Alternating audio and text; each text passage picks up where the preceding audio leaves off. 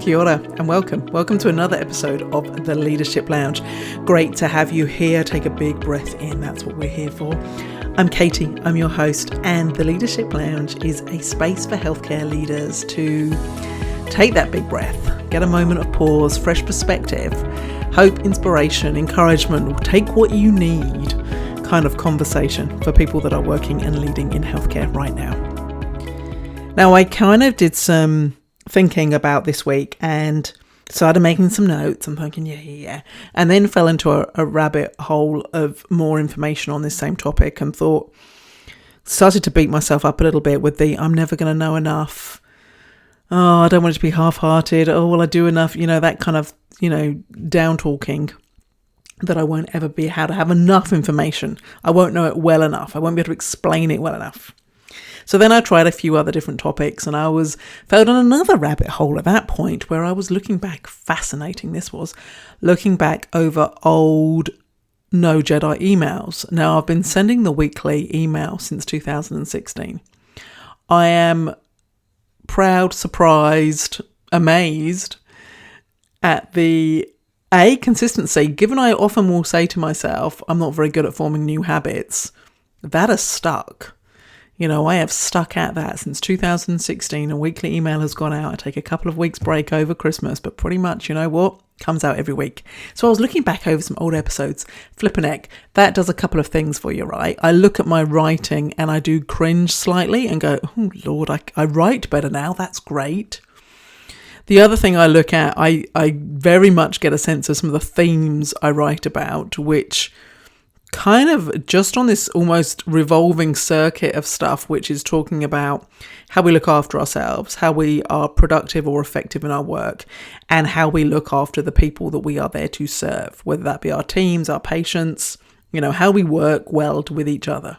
So that was quite interesting. But I was looking at some of the things that are like, oh, that's a bit dated. Yeah. And now I don't quite agree with some of the stuff. So it was very interesting. But I couldn't escape this first topic. So we are going back to my written notes and this space of intelligent kindness. Ironic, really, given I was beating myself up about, will I be able to describe this well enough? I'm just going to have to just turn that around right now and show myself some kindness. Now, this idea of intelligent kindness, I really love. And I was first introduced to the idea by the boss I had at the time, and it came out of the work that we were doing together on the anti-bullying campaign. And I quite liked it. He introduced it to me and he gave me the article. And that I'm kind of pulling out the best bits of this article. The author, Penelope Campling, there is also a book that she has co-authored. And there's actually quite a lot on the internet and various PDFs and stuff. It's quite, from a healthcare perspective, quite widely written about. Definitely has come from the UK and came from that space of the Mid-Staffs report and the inquiry into the Liverpool care pathway. So if you know about those or have heard about those, you'll understand that context. If not, I'll pop a couple of links in, but need to go and have a bit of Googling around that context. So this article that I've got in front of me, and you will hear the paper rustling, I am sure, is from 2015. The book was published in 2020, so it's not a concept or idea that has died back in 2015. The ideas and the conversation is still very, very relevant. As I was, searching around and reading these different articles, I have to confess, find it hard to work through. Oh Lord, that's hysterical.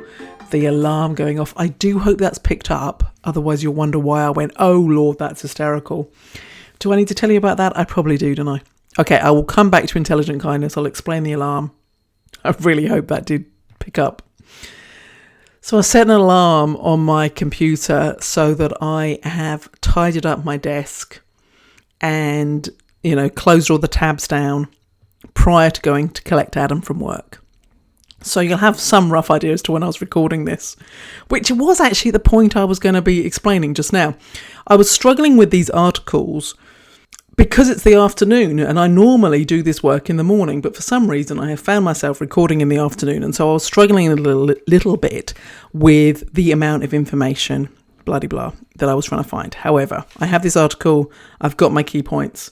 The alarm going off is quite hysterical, and the sidetrack story for that is one of my reflections I had been doing was that I would often be quite deeply engrossed in whatever work it was that I was doing, get a message from Adam to say he's ready to be collected, hair up the road to collect him, come back, get on with dinner, blah, blah, blah, and then I'd face the chaos and mess that is my desk with all the open computer tabs and all that, and I would never quite get on track of things, and my computer was also not enjoying never being shut down and was playing up. So my goal, I said, at the end of last year was around trying to establish, being more organised at the end of the day, which is actually some of the top advice I usually give to people, but I can't take it. Goes back to that habit forming. Anyway, so to help me do that, I set an alarm, 2 alarms in fact, on my computer, which are just prompts to remind me that it's getting towards the end of the day. You need to start wrapping up the work and you need to start tidying up. I have clearly ignored that alarm completely, and I'm just carrying on recording the podcast. So you know what state the desk is going to be in today. However, there was a 5-minute preamble round things. Let's take that breath again and go back to the topic of intelligent kindness. So I was introduced to the topic or the concept of intelligent kindness at a time we're working on the anti-bullying campaign, and it makes perfect sense. And I guess it was really stuck in my mind at the moment because the idea of being kind, feeling kindness, the expectations that we should be kind to each other has come up in quite a lot of conversations, as the lack of kindness and the impact that has on people. So this idea of kindness and being able to talk about what it does kind mean has been front of mind. And so I guess I couldn't avoid this. I need to share this idea about intelligent kindness because it adds it up a level. Now, the joy of the work that Penelope Campling and her co-authors have done is that it is firmly rooted in the healthcare sector and the system. And that's important, because what they're framing this around is the fact that the emotional task of the work we do in healthcare has a massive impact, right? They do, at the beginning of the article, there's phenomenal, quite clear descriptions of what it's like.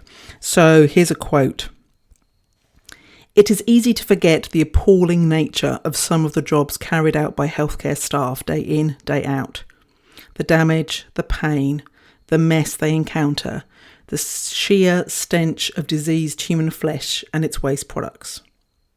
So there's the physical aspects of it, but they also talk about the contact with emotional distress and disturbance. So they really frame particularly well what, I guess, the challenges of working in healthcare really. And they talk about the problems that can come out if we're as staff, frequently exposed to that sort of levels of stress. They put it into the frame of how that can also cause problems within teams. And so another quote here is, "There is evidence that the quality of the team that you're working in makes a lot of difference to the staff experience." They then frame that up even further in terms of the organisation, but they look at it from a whole wider perspective around the forces and the, I guess, societal changes that the healthcare system is operating in. Now, I won't go into all those details. The article is not a long article and not a hard read article, to be fair. And it is really worth going, oh yeah, that is exactly what it's like. And so although this was written in 2015, I think in today's context and what is going on, there are huge correlations, I suppose, and resonance for me around it. So it talks about then why focus on this idea of kindness, and it picks up particularly on kindness and explains the root of the word. And it comes from this Old English word, which talks about family or lineage and this idea of kin, so kinship. And that's that it implies this recognition of being alike, that you're motivated to cooperate, that you recognize each other, and that you're going to treat each other almost as family members, to be generous and thoughtful. And so you can take this at an individual level between two people, or you can look at that as a collective kind of force. So whether that be as part of an organization or as part of a team. And what I really love is that just very simply by chucking intelligence in front of the word kindness signals to you that it is something to think about, that it is, it's about recognizing that how we think about the word is going to influence, I guess, what we do, because there's this sort of misconception around kindness, and I guess I've been accused of this, the soft, fluffy stuff, all those soft skills. And just coming back to the article, the quote from it, intelligent kindness then is not a soft, sentimental feeling or action that is beside the point in the challenging, clever, technical business of managing and delivering healthcare. It is a binding, creative, and problem-solving force that inspires and focuses the imagination and goodwill. It inspires and directs the attention and efforts of people and organisations towards building relationships with people. So it's talking about how we build relationships with each other, with patients, how we recognise their need and how we treat them well. Now, to be fair, I think the article focuses more on how we frame that in relationship to patients, but this is completely translatable and relevant and important in how we treat each other.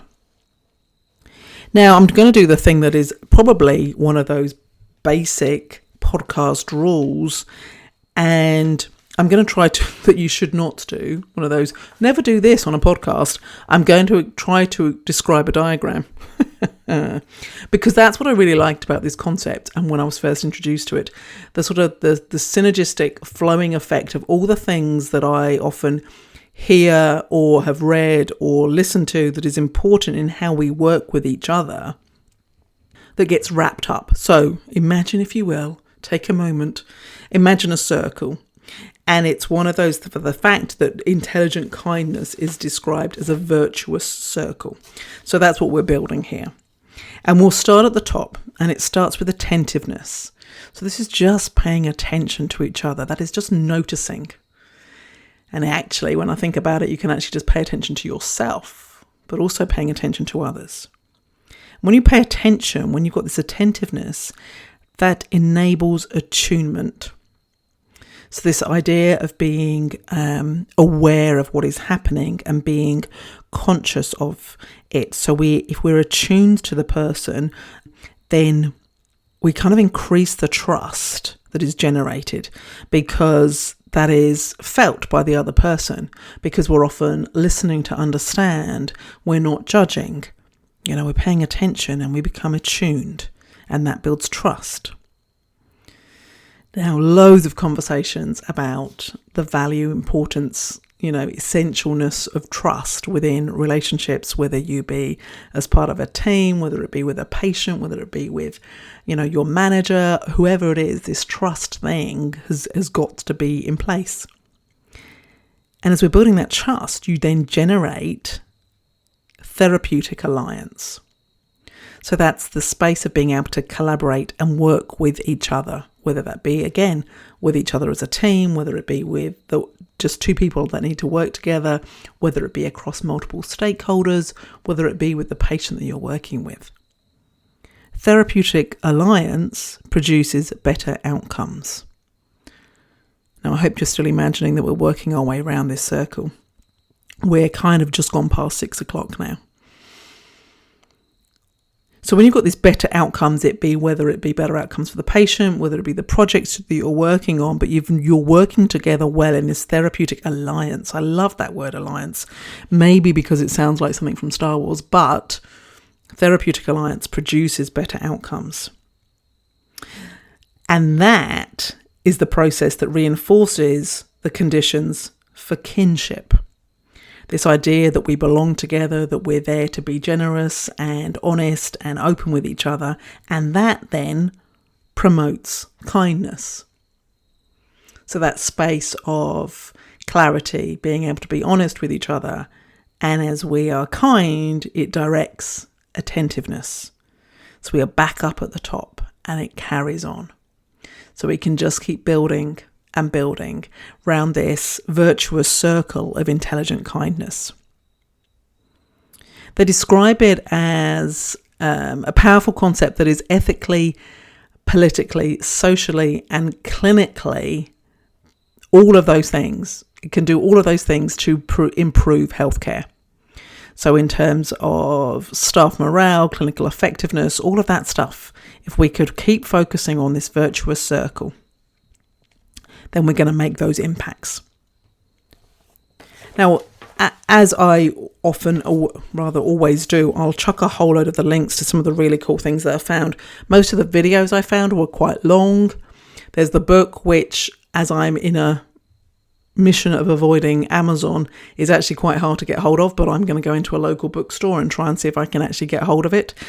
And I'll put some links to some of the further articles so that you can explore this a bit. And like I said, there's quite a lot that is freely available to people to find out more about this intelligent kindness. One of the things to end with, and how this article kind of concludes itself, is that where they've got some of their ideas from. So although this article was 2015, they're quoting other people's work, which was even longer ago, like over 50 years ago. What they're saying is that there has generally been a failure to create organisations that are fit for purpose and able to facilitate the emotional work that is an important component of the healthcare task.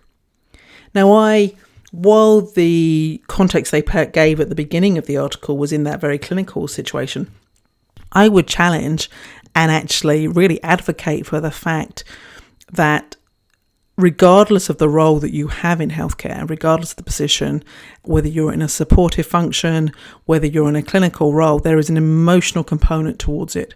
People that are working in healthcare, you have a values base, a drive and a motivation for the work that they are doing. And whatever role people are in and whatever leadership space or working space that you're in, your work and how you do your work has a ripple effect down to the patients at the receiving end. So we are all, wherever you are in the system, influenced by and influencing that care.